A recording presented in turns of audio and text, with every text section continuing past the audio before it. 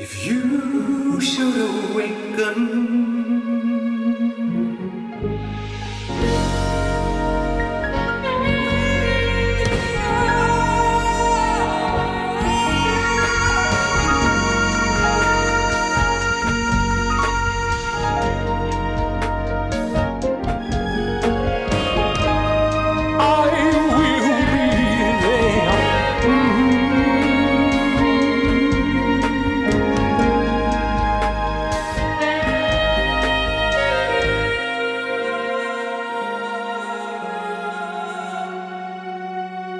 I will be there when you wake from your lovely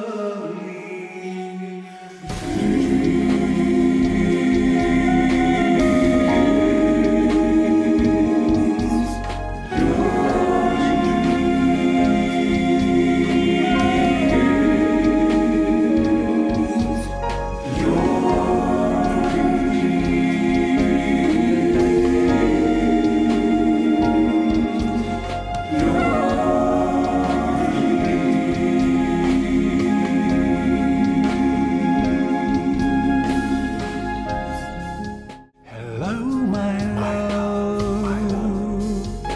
How were your dreams? Hello, and welcome to the next episode of the Soul and Body Network. I am your host, CURT WILLIAMS, Jr., author, metaphysician, spiritualist, and hermeticist. Today, we will be introducing Chapter 1 of my book, Ungodly Gods, the audiobook version. And this will be a good opportunity to tell you how the book came to be. I was a fairly successful businessman, and I was abruptly moved out of that situation by no reason of my own. So I had to go on a path of enlightenment to find out what I was really here to accomplish. Next thing I know, I found myself in a situation where I was desperately trying to connect with some kind of spirituality. Early on in my life, I used to hear one particular voice and it just went away.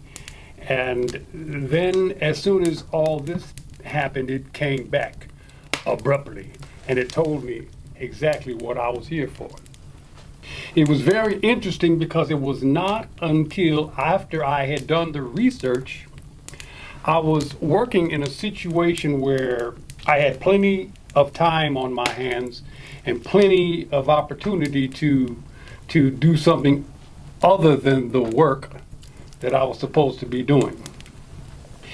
And I became fiercely interested in how the Egyptians built those pyramids.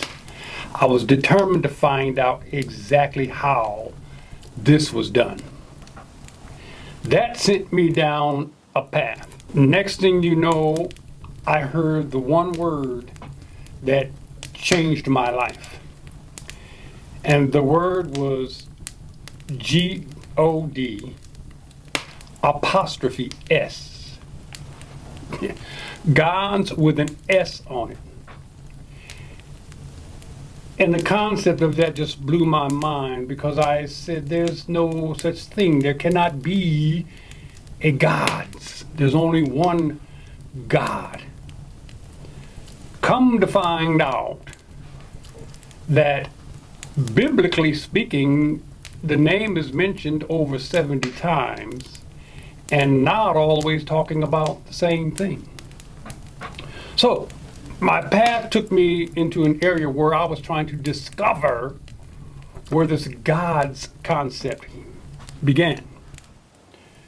How did it become more than one? That research led me to the Elohims of the book of Genesis, and then to the Sumerian tablets. I'll get into that much later. However, what I'm trying to explain is that once I started going down this rabbit hole, I had done research and I had been through about maybe 100 books by this time, and that's when the voice came back and basically told me now it's time for you to write the book. And I'm like, I'm not writing that book. I'm not writing the book that I've been, I mean, because, I don't want, I was raised as a traditional Christian, and I have many family members that are ministers, and I don't want to offend anyone, but the truth I've learned from this journey is that the whole God thing is a lot more complicated. And at the same time, it's a lot simpler than we could ever imagine. So that's how I wrote my book. It started with the chapter 1. I made a deal with my spirit. I said, look, I'll write your book for you under one condition, and that's if you tell me what to say. I wrote this book under the condition that my spirit would tell me exactly what to say. And we begun, and 1 year later the book was done. And I say that to say, chapter 1 is about how the Creator created himself. My spirit told me that to try anything further would be futile. No sense in trying to go back any further than that, because there is a principle that says the created can never conceive the Creator. If you can conceive the Creator, that means you would be on the same level as the Creator. So that's not anything that a human being is capable of doing. If a human being was capable of doing that, then they would just shut up and disappear, like some of the other gods have done. But one of the things that helped in developing this story, the 7 Hermetic principles. When I say I'm a spiritualist and hermeticist and metaphysician, I'm going to break all that down. I'll tell you right now what a hermeticist is. Is someone who has, in my case, almost mastered the 7 Hermetic principles. The 7 Hermetic principles are the principle of mentalism, cause and effect, rhythm, vibration, correspondence, polarity, gender. Okay, so with these principles, you will be able to unlock a lot of doors and understand a lot of things that science is not able to comprehend. And in writing this chapter about how God created himself, the principle of correspondence is the one that is most important. What this principle means is that as above, so below. Simply put, the way things work down here on earth, in this realm, in this corporeal world, is the same way that it works on the spiritual realm. The same way. So if you use the same principles that work here, put them into the spiritual world, they will work. If you want to know how God came to be, well, we were created. All this is a creation. Well, correspondence with that was he's also a creation. It will explain how he decided to become a male simply because gender is a very important aspect of the 7 Hermetic principles as well. Now, we know God is a man because, well, I'll let chapter 2 explain that. I'll let you see that, and then we will discuss it. But it's not political, and it's not. It doesn't mean that one. As a matter of fact, it looks like well, we'll see in a minute. So, applying these universal principles, especially the one of correspondence, that's how we're able to understand what God is, and the only way. I explained in an earlier episode that we have to bust out of our paradigm. If you cannot bust out of your paradigm, you will never be able to elevate past anything. Anything that your peers, for instance, have adopted. If you want to go beyond what you've learned in church, then you have to bust open that paradigm. If you want to go beyond what other people know, you have to bust out that paradigm. If you want to go beyond Einstein, you got to bust down that paradigm. Albert Einstein was a brilliant scientist. However, he was only halfway right because he didn't have the spiritual aspect of it within his research. And you cannot explain this world and existence mathematically. That's only one side of it. There's a whole nother side, which is the spiritual side. Once you combine the two, then you'll be able to understand. Quantum physics is a science, but scientists did not invent it. God did. He invented quantum physics for one reason. He invented quantum physics for one reason, and that reason will be explained a little later. It has to do with how physics has to do with free will. The creator needed to be a fair creator. There's nothing that goes on down here that is his fault. Nothing is his fault. Life and death is not God's fault because, first of all, there's no such thing as death where God is created. He's seen you die 1,000 times and come back. So it's not anything personal. It's we who lack the understanding thereof.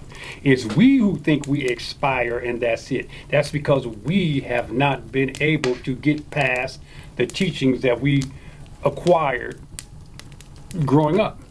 The teachings of our parents and the teachings of our grandparents. My grandparents and parents were great people, but we are so you as the offspring, you are supposed to surpass your parents. If your parents got this far and all you can do is get as far as they have, then basically they haven't instilled in you the ability to expand. There are a lot of parents that may not want their children to expand, but that's not how life works. We are supposed to progress. And we don't have a lot of time. Raising our level of spirituality is the only way that we are going to succeed as a people. So, chapter 1. In the beginning, it explains how and where God comes from, mostly, to an extent. You'll have to wait for chapter 71 at the end of the book. The end of the book will tell you what happened right before that. I'm going to make you wait till the end of the book to find out what happened before chapter 1. That's just what writers do. That's what writers do. And so, this, chapter 1 from the audiobook of the book Ungodly Gods. Written by me, but inspired by my spirit. Chapter 1. In the beginning.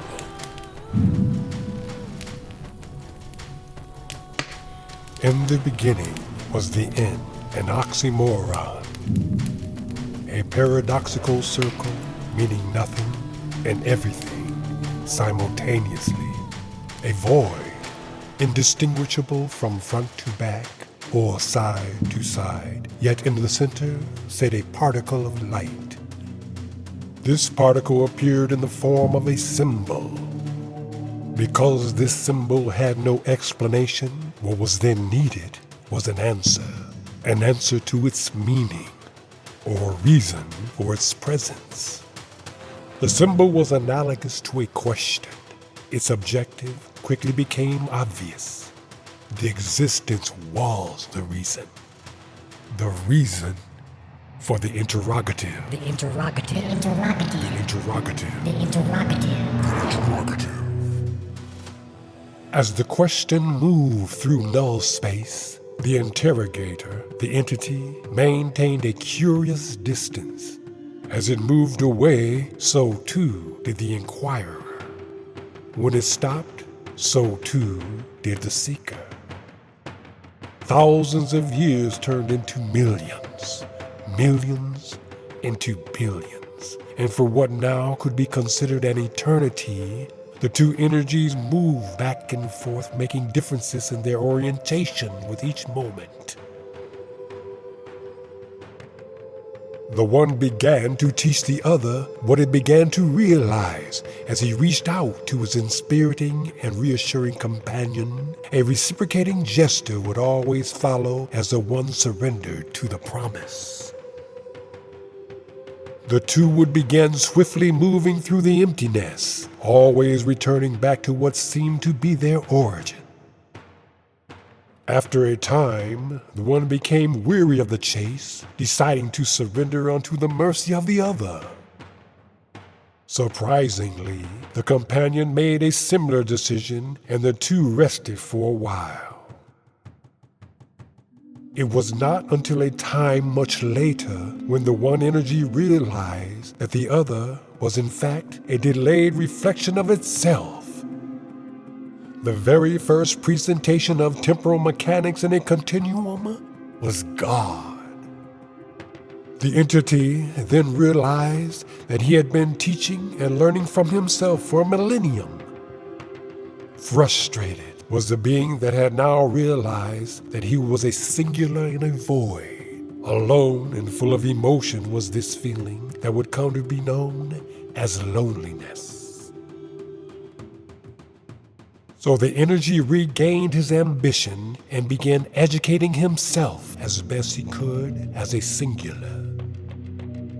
Ultimately, the entity would gather enough information to question all that could be questioned, and in time, all that could be known was known. After much consideration, the entity decided to do what all creators do. He discovered, and then he discovered more, and then he discovered ways, and then he discovered more ways. Then he discovered means, and yet more means. Once everything of all the ways and means was known, he decided to create a place. Not just any place, the very first place. And since there was so much of it, he called the very first place space. The next wonder was where to place space. It could place space over there or over here. Anywhere seemed to be okay, since there was nothing to interfere with. The entity had ventured through much of nowhere in his awareness of self. Then the realization came to him. Where would be the one place I would never mind to traverse? He pondered. It needs to be a place that will not bore me to travel throughout it. So he thought long and hard until he asked himself, where would be the one place where I could be even when I sleep? The answer was simple. If he would place space in his mind, space would always be with him, surrounded by a divine integument within him, even when he slept. Then God said, so it shall be. I will rest while space will be alive within me. If I should close my eyes, I will see it. If I should travel, it too shall travel. If I shall stop, it too shall stop. What a wonderful idea I have, said the all-knowing entity. I shall create angelic beings in my mind. I shall create galaxies within my mind. All that can be, and I shall have it wherever I go. What a magnificent sight it was to see life living and flying through his mind. The angels even made him giggle when they ventured close to his ears. They made him sneeze as spirits flew through his sinuses as if they were an avenue to a distant mystery. The archangels would gather and sleep near the frontal lobe of God. They would explore the parietal lobe and the temporal. They would relax God by singing close to his occipital lobe. The entity then created a place called the ethereal realm, where angels need not flap their wings. They would simply just wave once, then float on the heavy sweet atmosphere therein, moving in motions like slow music as they sang harmoniously throughout the ether. Nowhere and everywhere was there to go once God placed everything in his infinite mind. This was but the beginning of the multitudes of life that would eventually exist in the mind of God. The new spirits would need realms to exist. God remembered when in the beginning he was communicating with himself. The two had developed a binary language of ones and zeros. With these numerics, God could create places within spaces like kingdoms and heavens with different levels for newcomers with schools and spiritual edification centers. The elder angels could teach the young angels universal principles and how to exist in a light matrix. This was truly a heavenly place until suddenly, angels began to fight. God questioned the origin of this belligerence. It didn't take God long before God realized that living freely and peacefully without worry was an existence without purpose. If there were no challenges, there would be no reward. God knew exactly what was needed, a new kind of existence. An existence where atrophy was the challenge, whereby a part of life and all things therein evolved to a higher level of spirituality if these challenges were overcome. God felt the necessity to create a being to support itself in the same way he felt when he felt the presence of another when it was looking at a delayed reflection of the temporal anomaly. He also knew that the time had come for him to stop referring to himself as an it and become more of a what, which meant it was time to select a gender, the masculine or the feminine. God noticed a vast difference within the angels because of their gender. The masculines were extremely protective of the feminine, and the feminine seemed to enjoy the attention from this difference. So began the process of choosing one gender or another. God loved everything about all of creation. He felt that choosing would cause fear and prejudice, and worse than that, inequality. God knew that one gender would possess strength outwardly, the other the contrary, and in the end, a balance with abilities to complete one to the other. Perhaps even an air of irresistibility, one to the other. Perhaps even more, a creation aspect, whereby a union between two would create yet another similar, newly forming creation. This was God's best idea yet. God was actually extremely proud of himself for this one. Even the angels applauded with much anticipation of not only a gender for God, but for the opportunity for a more provocative existence, one with a little less comfort and a little more feelings of accomplishment, of accomplishment, of accomplishment.